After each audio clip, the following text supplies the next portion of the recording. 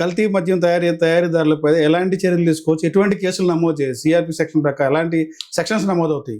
అండి, AP excise act 1969 section 34 clause A ప్రకారం తయారు చేసిన, విక్రయించిన, కలిగి ఉన్న, తాగిన, ఇంపోర్ట్ ఎక్స్పోర్ట్ చేసిన సెక్షన్ 34 క్లాజ్ ఏ ప్రకారం కేసు నమోదు చేస్తారండి.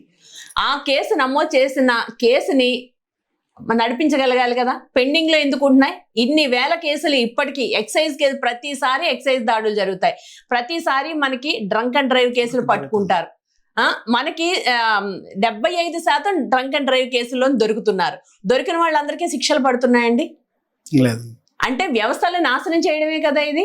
ఒక్కసారి 2 సార్లు పనిష్మెంట్ ఇస్తే మూడోసారి సెటరేట్ అవుతారు కదా.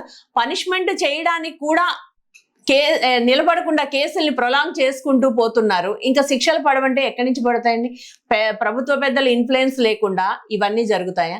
వాళ్ళ ఇన్ఫ్లుయెన్స్ తోటే కదా. ఇప్పుడు గవర్నమెంట్ లీడర్లు ఉంటారు, వాళ్ళంతా ప్రభుత్వ పెద్దల ఇన్ఫ్లుయెన్స్ తోటే కదా వస్తారు.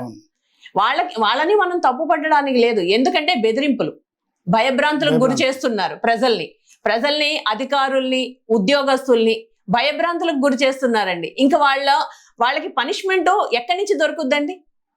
ప్రభుత్వాలే ఇలా ఉంటే. మనకి సెక్షన్ ఆర్టికల్ 47 ప్రకారం మద్యపానాన్ని మద్యపానం అసలు ఒక ఆదాయ వనరుగా కాకుండా చూడాలని చెప్పేసి ఆర్టికల్ 47 చెప్తుంది రాజ్యాంగం ప్రకారం. కానీ ఇప్పుడు ప్రభుత్వంలో ప్రధాన ఆదాయ వనరు మద్యమే అవుతుంది.